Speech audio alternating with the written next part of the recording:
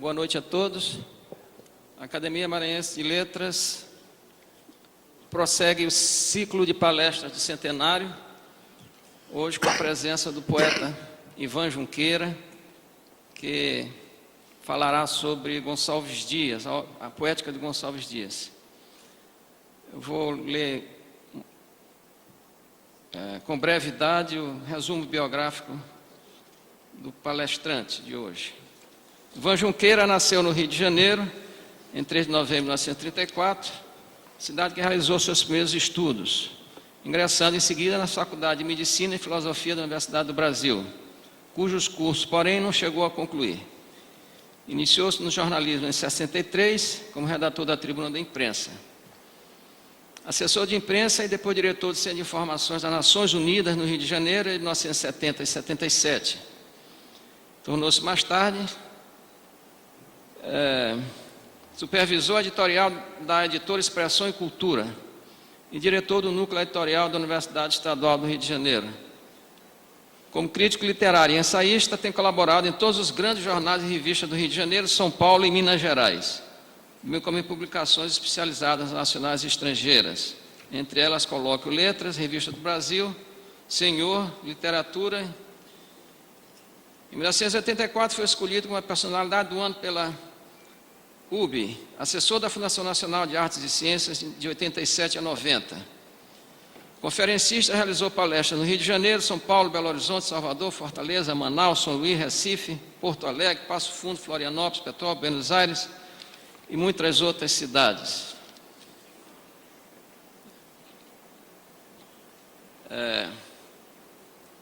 Abriu o projeto Camões, patrocinado pelo Instituto Camões e a Fundação de Casa de Fronteira e a Lorna, ocasião em que ministrou na Biblioteca Nacional da capital portuguesa o curso A Rainha Arcaica, uma interpretação mítico-metafórica, além de realizar recitais de poesia na casa de Fernando Pessoa e no Palácio da Fronteira.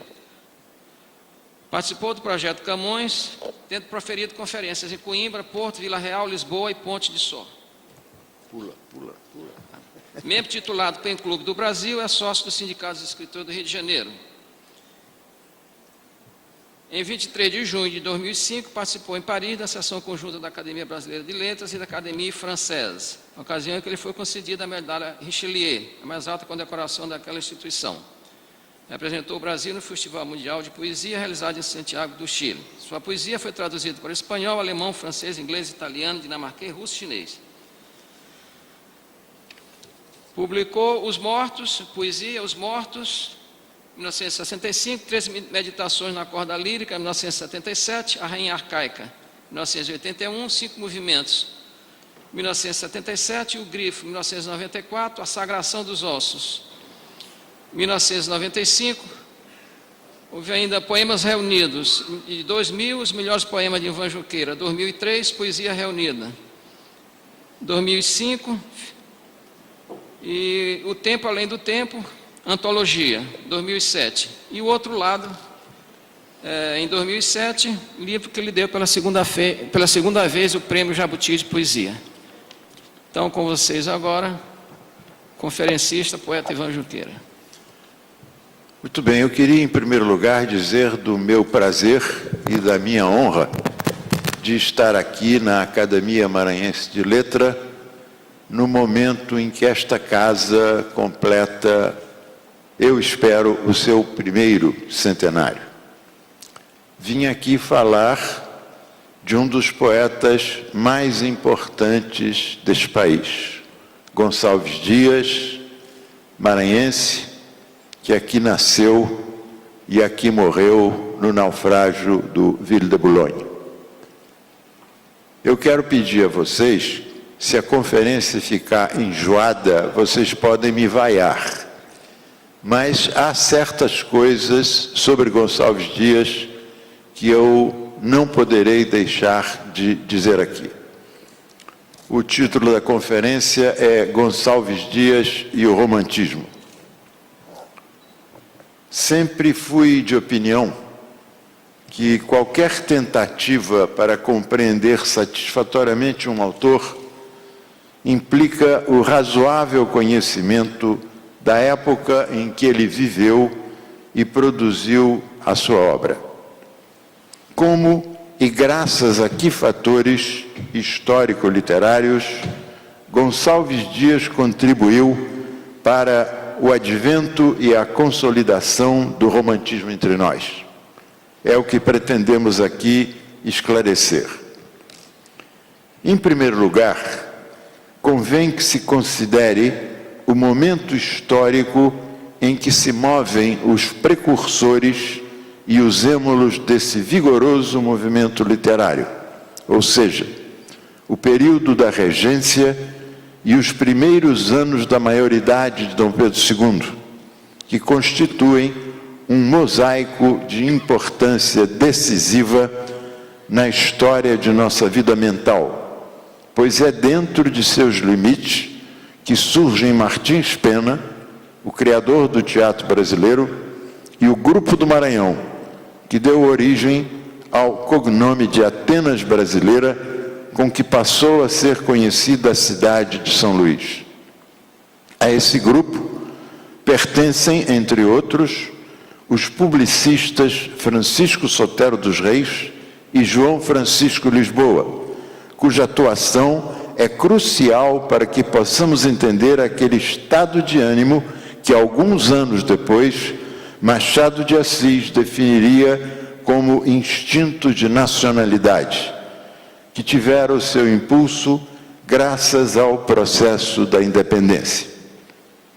É essa geração vacilante, como a chamou Antônio Cândido em sua formação da literatura brasileira, que se torna responsável pela introdução do romantismo em nossas letras, restaurando não apenas a poesia, mas criando também o romance e a crítica, estatuindo, por assim dizer, a moderna vida literária no Brasil, com seu arsenal de publicações, corrente de pensamento estético, rodas literárias e polêmicas intelectuais. E se eram vacilantes, porque oscilavam entre duas estéticas, as do neoclassicismo setecentista e do romantismo com reservas mentais, ou porque, no âmbito político, misturavam certo liberalismo de raízes regenciais e o respeitoso acatamento às decisões do monarca, a verdade é que formam um todo mais homogêneo do que se poderia supor. É preciso vê-los, portanto, com alguma largueza de espírito e interpretar a sua eventual dubiedade como própria de uma época situada entre duas literaturas, dois períodos, duas épocas políticas. Em rigor, esses escritores e publicistas estavam sepultando o passado e lançando os fundamentos de uma nova era, tanto na arte quanto na vida social, o que já era visível em certas manifestações pré-românticas, como a nostalgia de Domingos Borges de Barros, o cristianismo lírico de Frei Francisco de Monte Alverne, o exotismo de certos franceses ligados ao Brasil, ou as vagas e contraditórias realizações da sociedade filomática.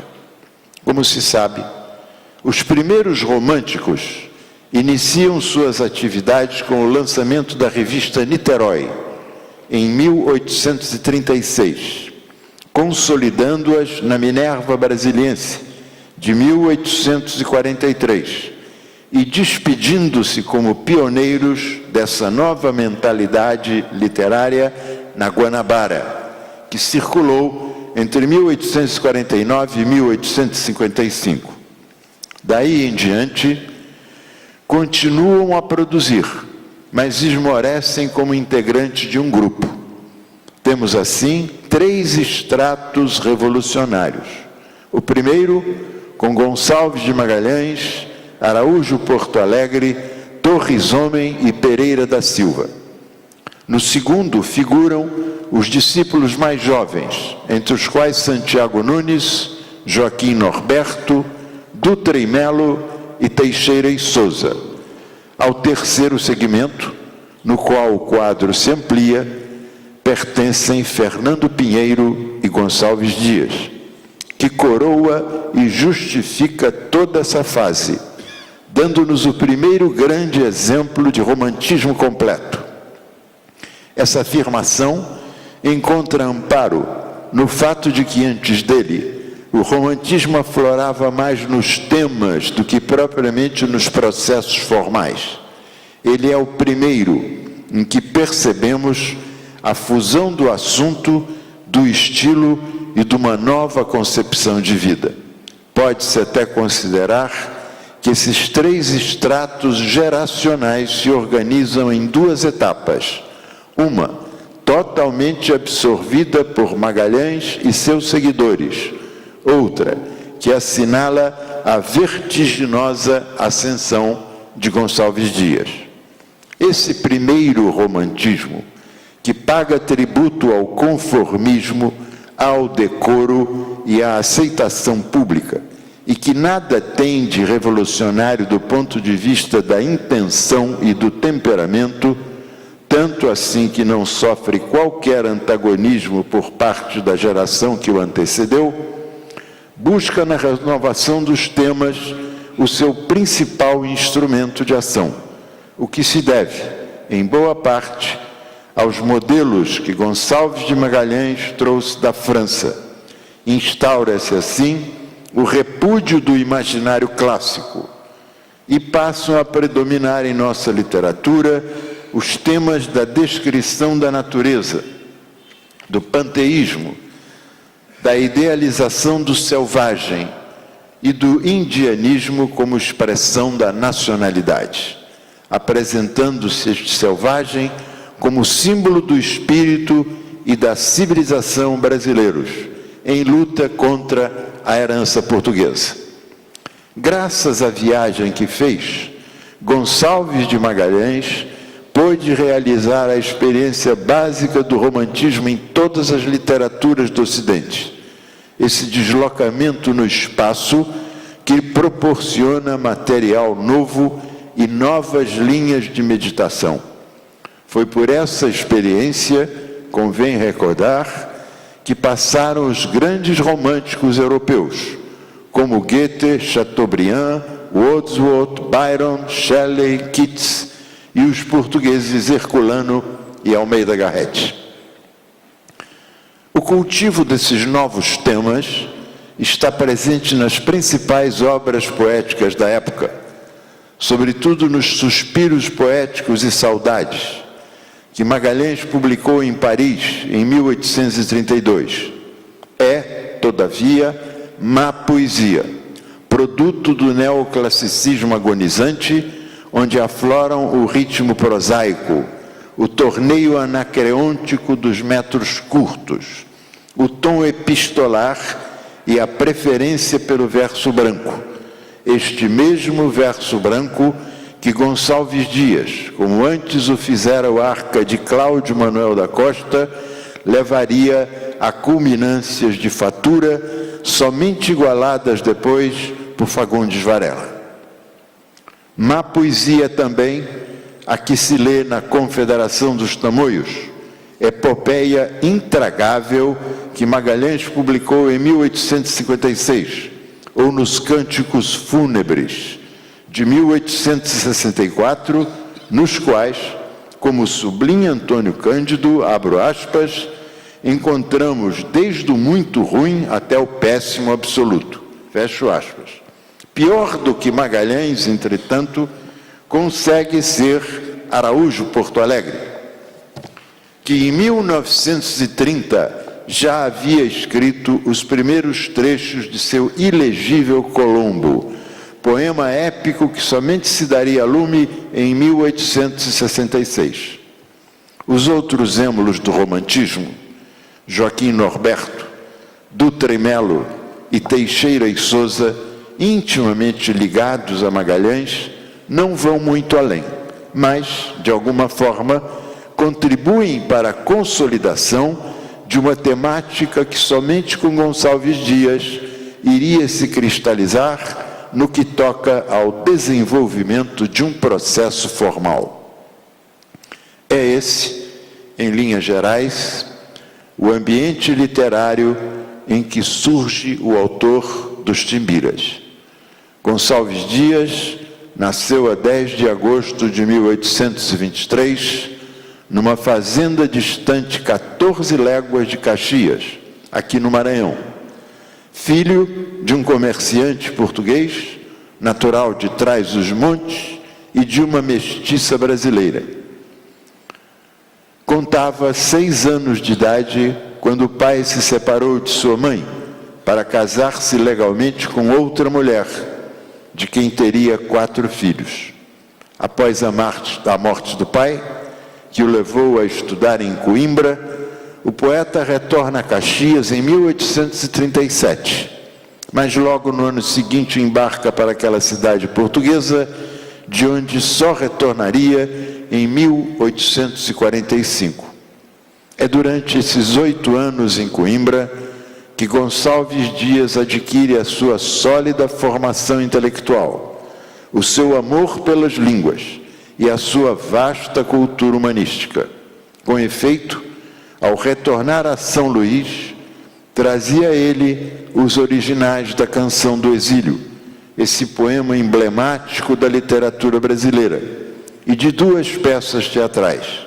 É também nessa época que conhece, na casa de Alexandre Teófilo, sua prima e cunhada Ana Amélia Ferreira do Vale.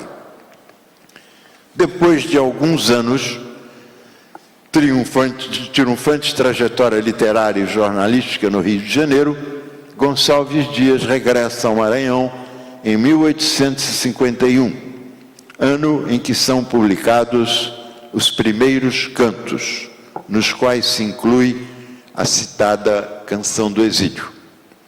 Reencontrando Ana Amélia, por ela se apaixona perdidamente, no que é correspondido, mas seu pedido de casamento é recusado pela família da moça, ou por preconceito racial, ou por julgarem-no já tuberculoso, ou por ambas as razões. Profundamente abalado, o poeta volta ao Rio de Janeiro e casa-se com Olímpia da Costa, filha de um grande médico da corte. Dizem seus biógrafos que foi um dos mais desastrados matrimônios de toda a literatura brasileira. Disse-o, aliás, o próprio Gonçalves Dias em carta a Ferdinand Denis. Em 1854, nasce-lhe a única filha, Joana, que morreria 2 anos depois. A partir de então, sua vida se converte numa penosa e infindável sucessão de viagens. Como integrante de comissões científicas ou diplomáticas que o levam à Europa ou ao interior do Brasil, entre as quais figura a que percorreu o Rio Negro, e que foi lembrada na introdução que seu conterrâneo Josué Montello escreveu em 2002 para o volume Gonçalves Dias na Amazônia, que reúne os relatórios e diários de viagem do poeta quando em visita aquela região. A 10 de setembro de 1864, padecendo de uma inimaginável constelação de doenças, Gonçalves Dias embarca no Havre, a bordo do Ville de Boulogne, com destino ao Maranhão. Mas na madrugada de 3 de novembro, o navio encalha nos baixios de Atins, próximo a São Luís, e acaba por naufragar. À exceção do poeta, que não conseguiu sair de seu camarote, toda a tripulação se salva. Com Gonçalves Dias, cujo corpo jamais foi encontrado, desceram ao fundo do mar os manuscritos que trazia consigo, os dos 4 últimos cantos da epopeia Os Timbiras, e de sua tradução definitiva de A Noiva de Messina, de Schiller. No final do poema Adeus, que encerra os primeiros cantos, há uma impressionante premonição de sua morte, feita pelo menos 14 anos antes. A praia tão querida, que ora deixo, tal parte desterrado, um dia as vagas hão de seus restos rejeitar na praia, donde tão novo se partira e onde procura a cinza fria achar jazigo. Bem ou mal, Gonçalves Dias vincula-se ao Grupo de Magalhães não só pelas relações e o intuito da nacionalidade, mas também pelo apego ao modelo neoclássico, que herdou dos setecentistas e os primeiros românticos portugueses. Caberia observar, entretanto, que ao contrário destes, o poeta maranhense é plenamente romântico, e o que nele ainda perdura do neoclassicismo é fruto de uma impregnação de cultura e sensibilidade, e não da participação no agônico movimento pós-arcádico. Como sublinha ainda uma vez Antônio Cândido, o verso gonçalvino, abro aspas, incorporando o detalhe pitoresco da vida, verdadeiramente criou uma convenção poética nova, fecho aspas. E pode-se até dizer que essa mistura de medievalismo, idealismo e etnografia fantasiada aparece como construção a um só tempo lírica e heróica, resultando daí uma composição nova para sentirmos os velhos temas da poesia ocidental. Mais do que qualquer outro romântico de seu tempo, Gonçalves Dias possui o misterioso discernimento do mundo visível e o que leva a imaginação a criar um universo oculto, inacessível aos sentidos e somente ao alcance de uma percepção transcendente e inexprimível de cores, sons e perfumes, que nos lembra muito de perto aquelas mágicas e inefáveis correspondências baudelarianas. Há 3 ângulos sob os quais deve ser analisada a poesia de Gonçalves Dias: os do uso da língua e da reinvenção da linguagem, do indianismo e da pulsão lírica. Quanto àquele primeiro, seria justo aqui recordar que Gonçalves Dias foi talvez um dos mais refinados e exigentes usuários do idioma de Camões, o que explica, pelo menos em parte, não só a extraordinária noção de medida e rigor linguístico que nele se percebe, mas também sua deliberada resistência à intemperança sentimental, tão comum entre os românticos, cuja poesia se caracteriza pelo transbordamento afetivo. Sua antológica Canção do Exílio, por exemplo, representa bem esse ideal literário: beleza na simplicidade, fuga do adjetivo, procura da expressão de tal maneira justa que nos seria difícil imaginar outra. Não se justifica, todavia, a acusação de que é um poeta português, pois sua vinculação mais visível com a sintaxe e mesmo com o léxico de Alemar é de importância secundária, quando se pensa em sua funda apreensão da sensibilidade e do gosto brasileiros, que já naquela época se afastam dos padrões portugueses. É bem verdade que, talvez em decorrência de sua sólida formação de filólogo, Gonçalves Dias cultiva às vezes, para além do tom arcádico, a mais pura tonalidade quinhentista, que o poeta refunde no verso moderno, entranhando a sua poesia na corrente viva do lirismo português, como seria o caso do poema Olhos Verdes, no qual se lê: são uns olhos verdes, uns olhos de verde mar.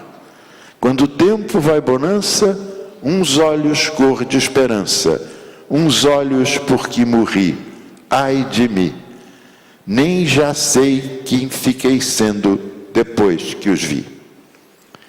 E há ainda o exemplo das cestilhas de Frei Antão, que devem ser entendidas, e assim o pretendeu o poeta, mais como um ensaio filológico do que propriamente um poema.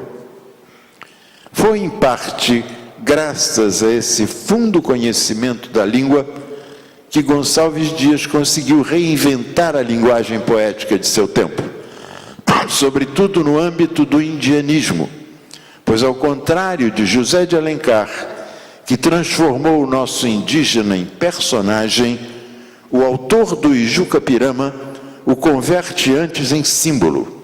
Vazio de personalidade, o indígena gonçalvino inclui-se assim numa visão geral do índio, que se estrutura a partir de cenas, às vezes de um verdadeiro bailado, ou feitos ligados à vida de um índio qualquer, cuja identidade é estritamente convencional e funciona apenas como padrão.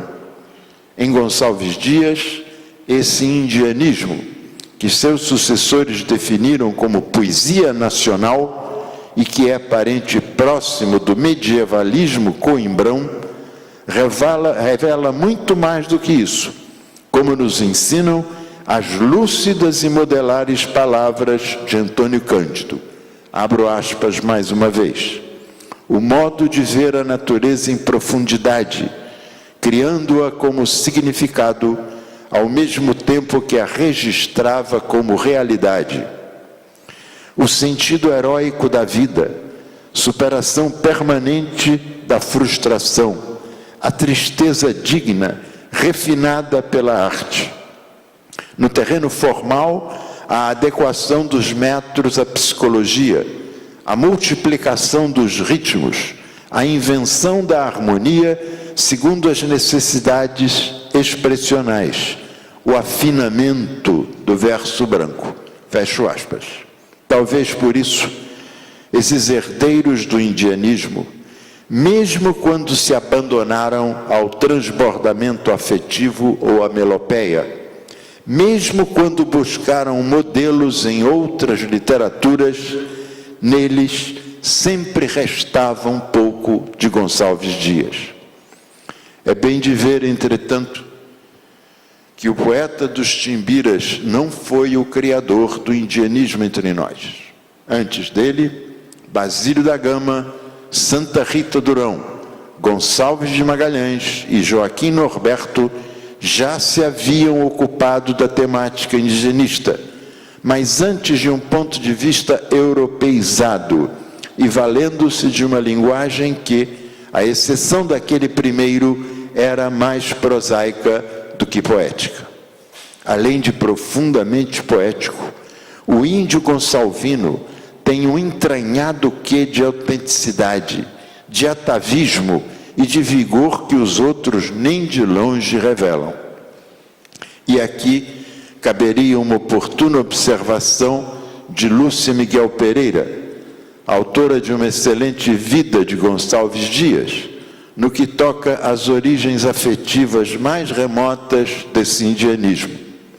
É que em sua infância, naquela fazenda distante mais de 10 léguas de Caxias, onde os índios mansos vinham trocar com os habitantes arcos, flechas e potes de barro, Gonçalves Dias há de ter brincado com esses instrumentos indígenas.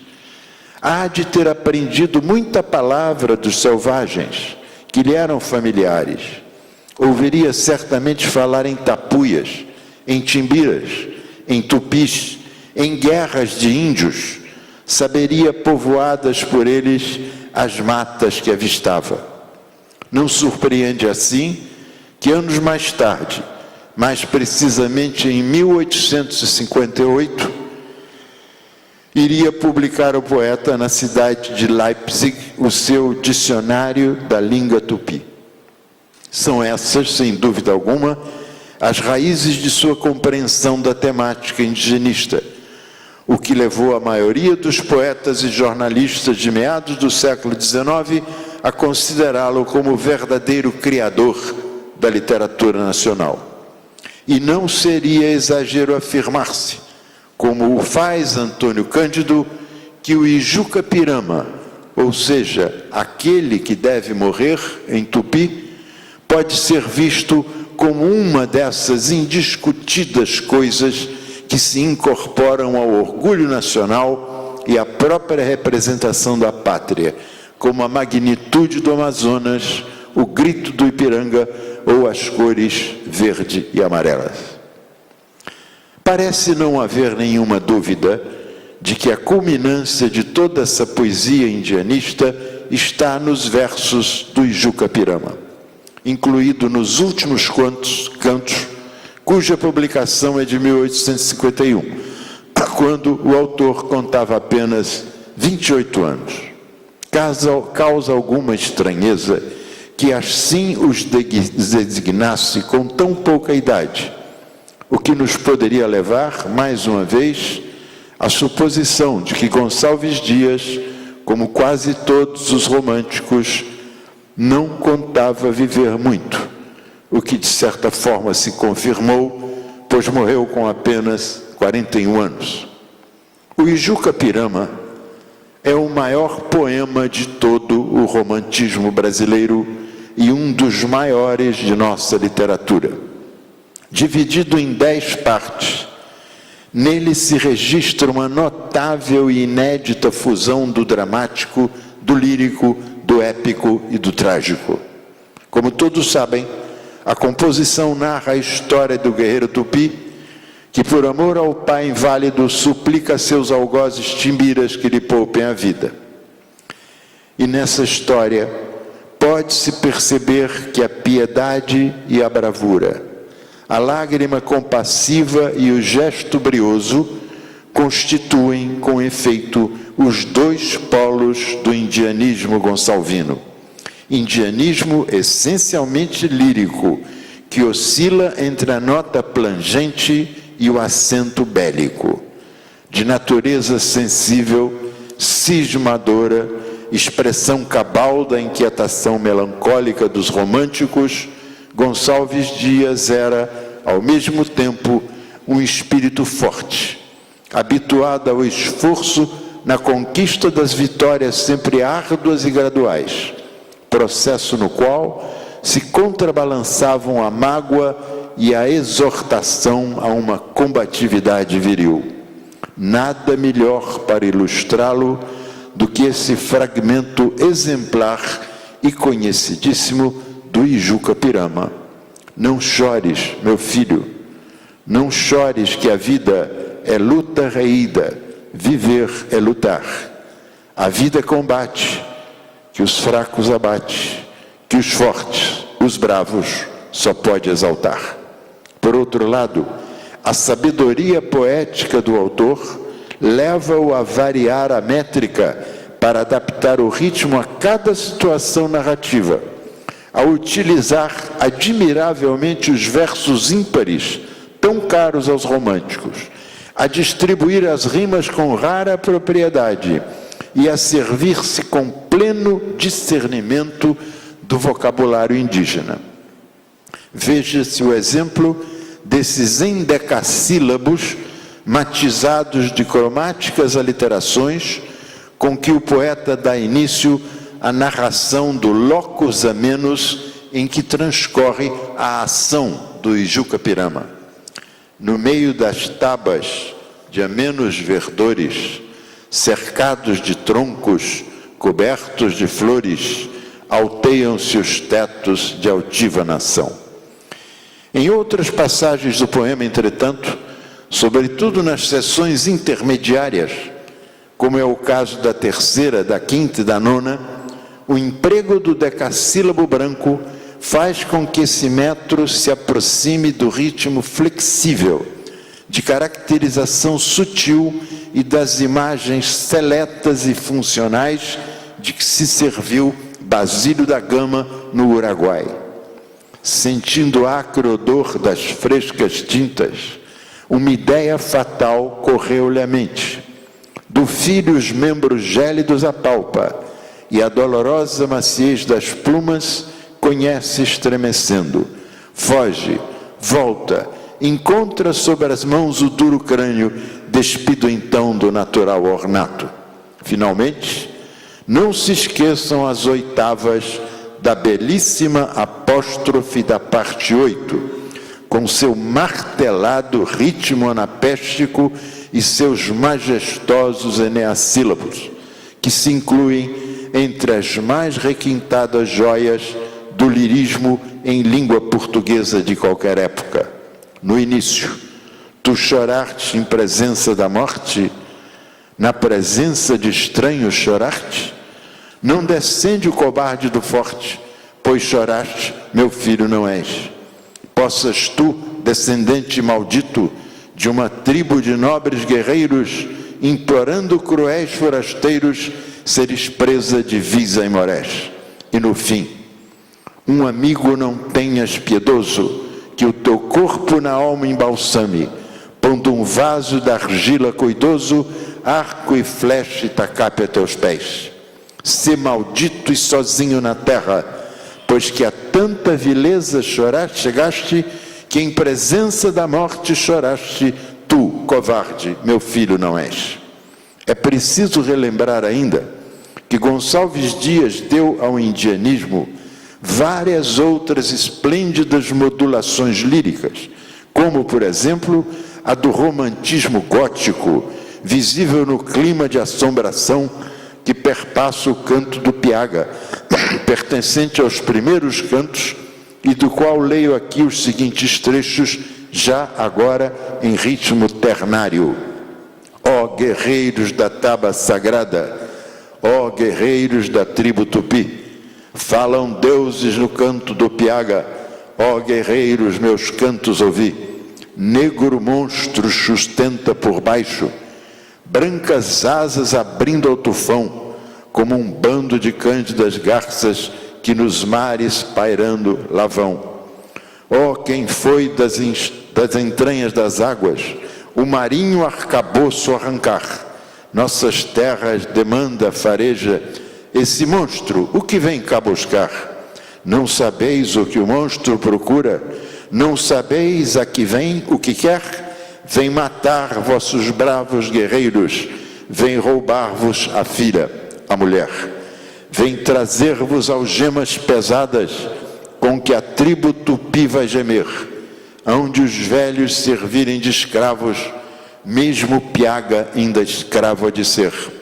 Vossos deuses, ó Piaga, conjura, sustaziras do fero Anhangá, Manitô já fugiram da taba, ó desgraça, ó ruína, ó Tupá. E de inspiração indigenista são também as duas cantigas de amigo, essas duas inesquecíveis queixas femininas que são Leito de Folhas Verdes e Marabá, nas quais o pormenor etnográfico é alçado ao mais puro simbolismo afetivo.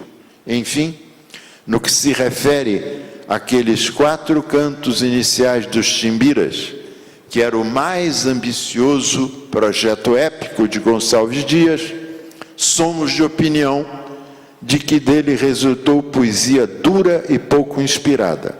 Faltou aqui ao poeta a lucidez de seu mestre Basílio da Gama, que soube domesticar sabiamente a musa heróica pela redução ao lirismo.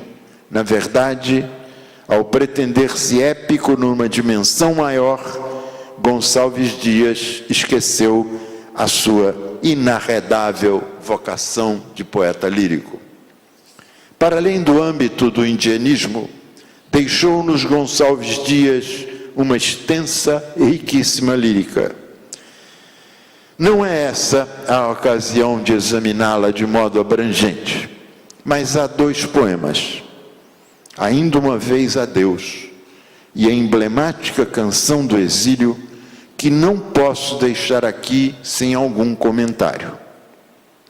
O primeiro deles constitui uma dessas peças que conjugam a absoluta ausência de artifício com aquele caráter de imperiosa necessidade que preside toda grande arte. Sublime poema de circunstância, no sentido em que, segundo Goethe, toda poesia é de circunstância.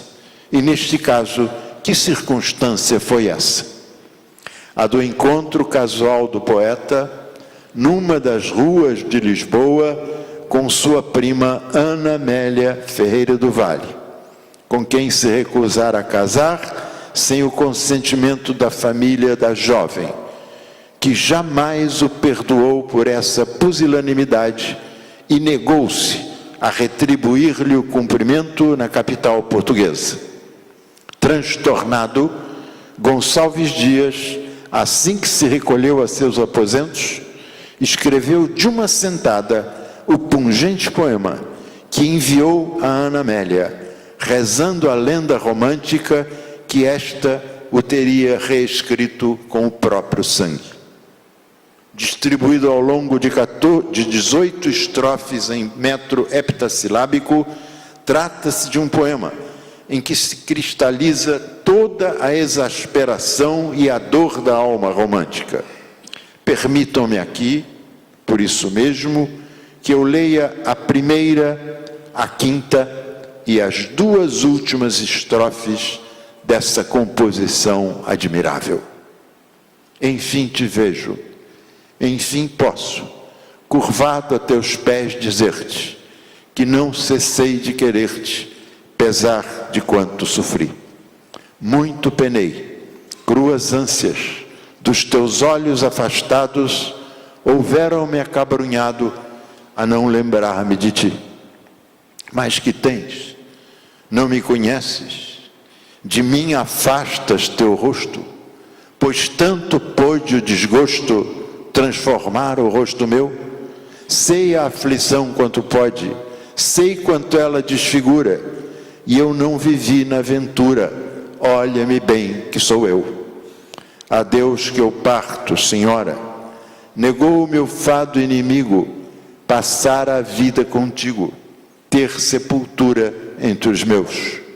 Negou-me nesta hora extrema, por extrema despedida, ouvir-te a voz comovida, soluçar um breve adeus. Lerás, porém, algum dia, meus versos da alma arrancados, d'amargo pranto banhados, com sangue escritos, e então confio que te comovas, que a minha dor te apiade, que chores, não de saudade, nem de amor, de compaixão. Poucos críticos brasileiros estudaram com tanta astúcia a canção do exílio quanto José Guilherme Melchior em seu ensaio O Poema do Lar, incluído no volume Razão do Poema, publicado em 1965.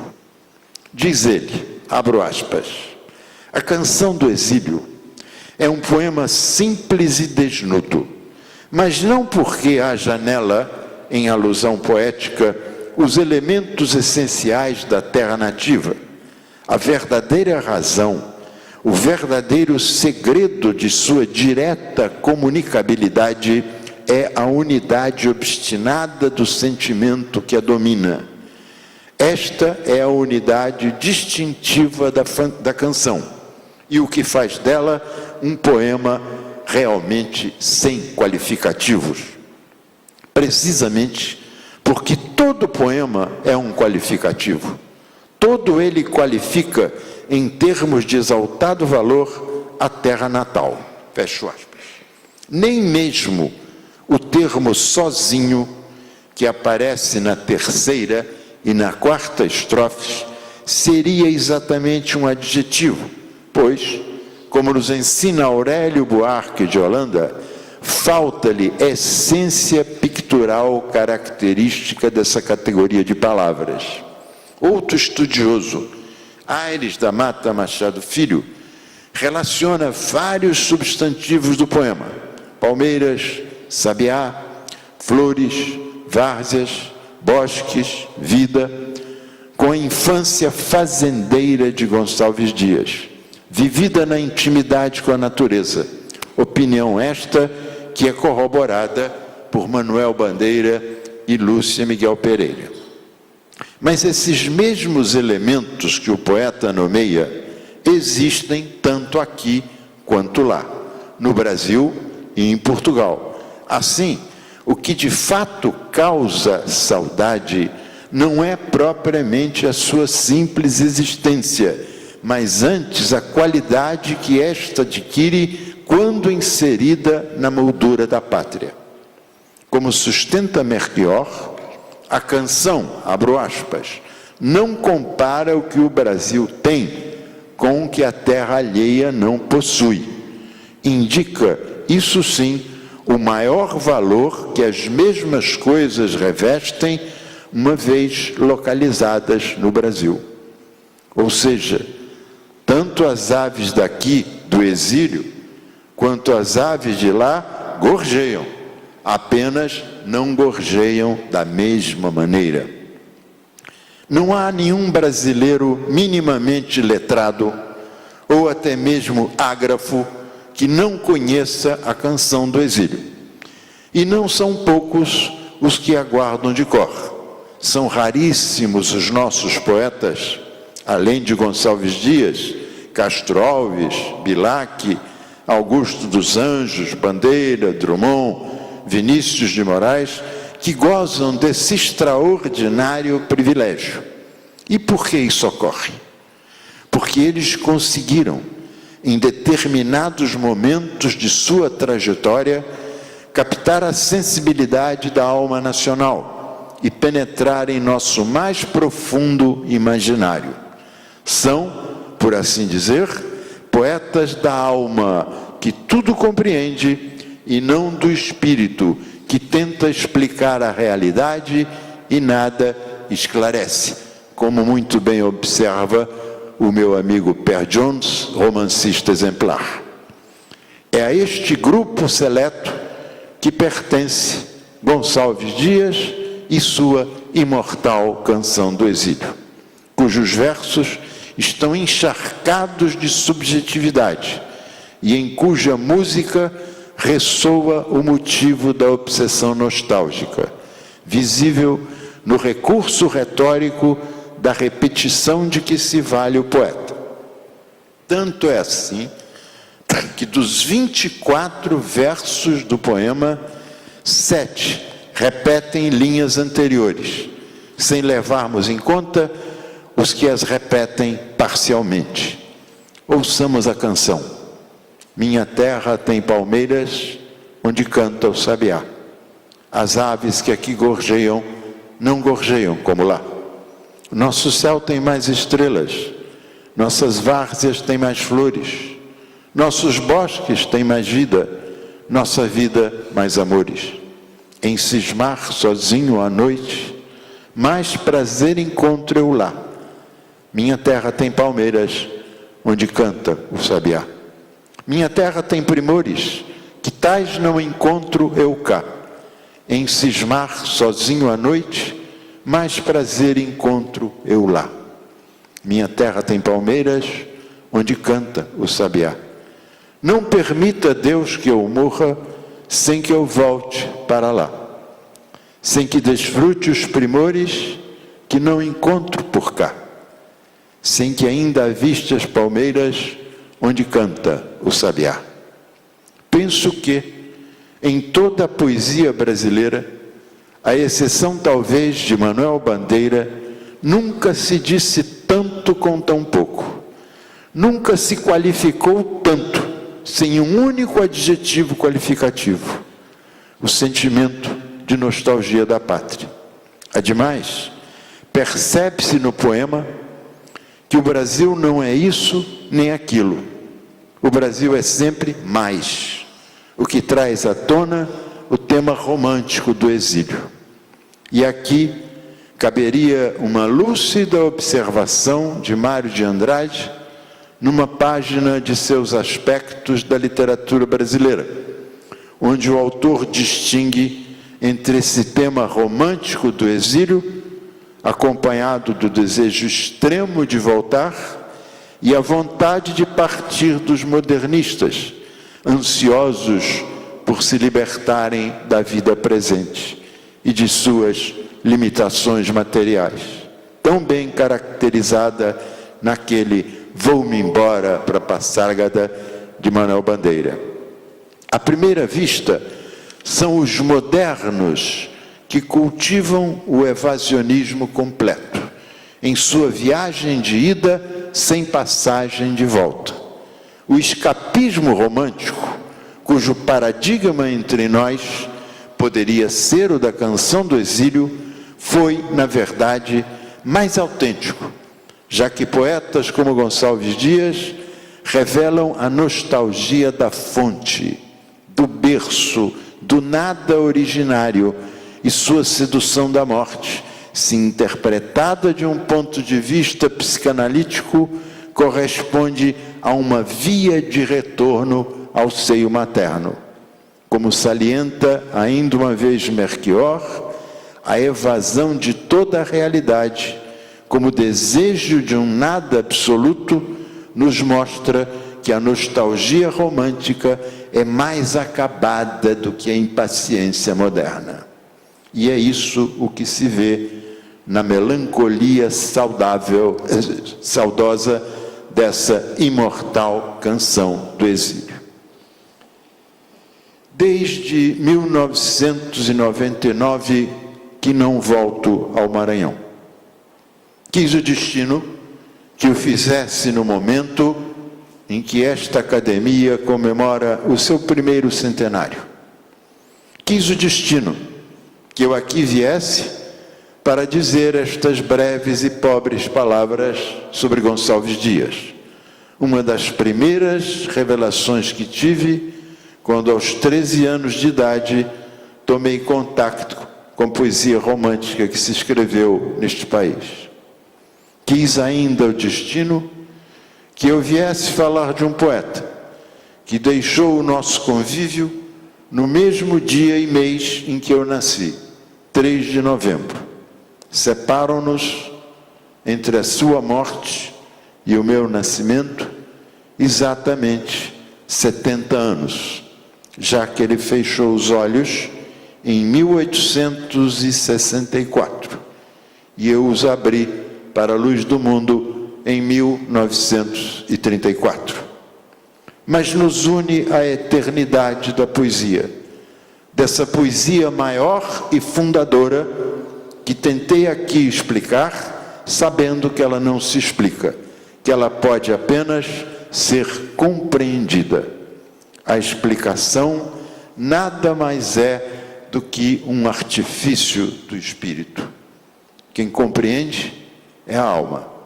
Gonçalves Dias sabia disso, e por isso é eterno, conquanto eu, na caduca condição de membro da Academia Brasileira de Letras, sou apenas imortal. Muito obrigado.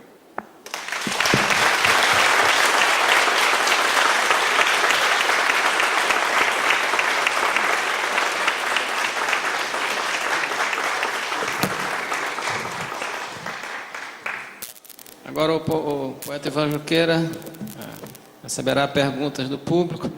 Eu quero lembrar que ao final da sessão de perguntas, a Academia irá conceder a medalha do centenário para o Ivan Junqueira. Então está aberta a sessão para perguntas. Professor Junqueira, apenas uma curiosidade. Eu abrindo um livro sobre Gonçalves Dias, poesias americanas, onde ele começa a Canção do Exílio. Encimando a Canção do Exílio estão os versos de Goethe. Kennst du das Land, wo die Zitrone blühen, im dunkeln Laube, die Goldorangen glühen. Então, mais ou menos isso. Conheces a terra onde os limoeiros florescem? Conheces a terra onde os limoeiros florescem? E em folhagem densa, folhagem escura, as laranjeiras ardem, mais ou menos isso. E eu fiquei querendo saber, será que Gonçalves Dias queria se dizer que Goethe queria dizer que se tratava dos limoeiros e das laranjeiras do Brasil? Eu acho que Gonçalves Dias, tendo morrido aos 41 anos, não teve tempo de realizar essa pretensão.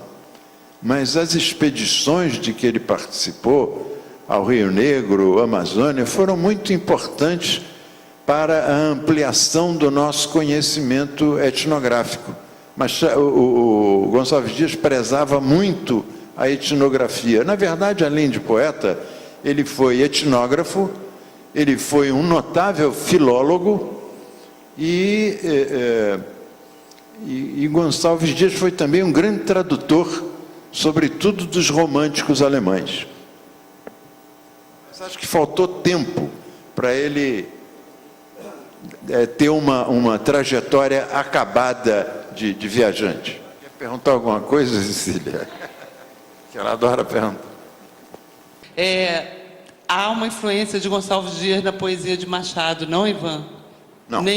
Não. Machado era um grandíssimo leitor de Gonçalves Dias, inclusive em seu último livro, Ocidentais, há um soneto dedicado a Gonçalves Dias que é realmente extraordinário.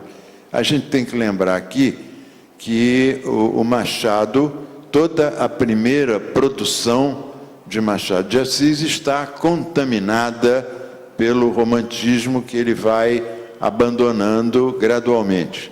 Mas a estima que ele tinha por Gonçalves Dias era realmente extraordinária.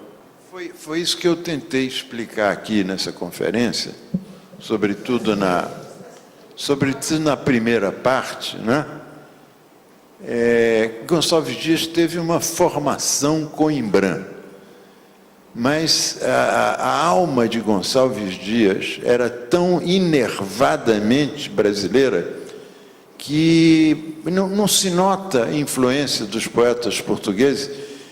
Um que poderia ter influenciado Gonçalves Dias e, de certa forma, influenciou um pouco tangencialmente, foi Alexandre Herculano, porque eu falei aqui que o medievalismo que você nota no indianismo gonçalvino, ele tem uma vertente de Coimbra, quer dizer, a mesma de Alexandre Herculano, que, curiosamente, foi o primeiro poeta português, grande escritor português, que saudou do outro lado do Atlântico a poesia de Gonçalves Dias. Eu acho que a grande influência que Gonçalves Dias recebeu foi uma influência da língua portuguesa. Quer dizer, ele era um usuário refinadíssimo, como eu disse aqui, do idioma de Camões. Isso é que Portugal deu a ele. E talvez tenha dado um pouco mais, porque, como vocês percebem, e isso é curioso, porque ele é o primeiro romântico, e é um romântico contido, enxuto, é um romântico que não transborda, compreende? O romantismo europeu foi sempre muito transbordante, com exceção, talvez, dos grandes românticos ingleses. Mas Machado de Assis passou incólume por esse derramamento afetivo que iria caracterizar as duas outras gerações românticas que o sucederam. Então nós queremos agora fazer a entrega da medalha do centenário ao poeta Ivan Teixeira.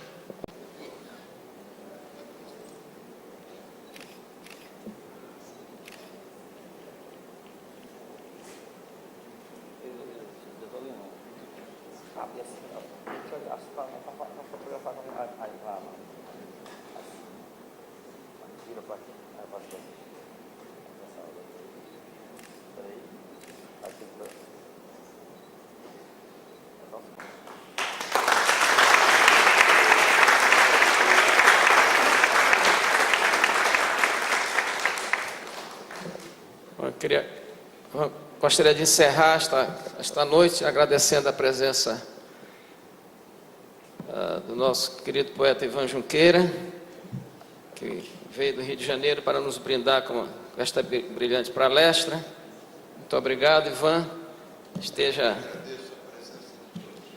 E aproveito a oportunidade para anunciar que a próxima palestra do ciclo centenário e a última palestra vai encerrar esse ciclo, será sobre o padre Antônio Vieira, será proferida pelo nosso confrade Alberto Tavares Vieira da Silva, que se encontra ali presente, e será no dia 20 deste mês, encerrando esse nosso ciclo. Então, eu agradeço a presença de todos, muito obrigado pela presença.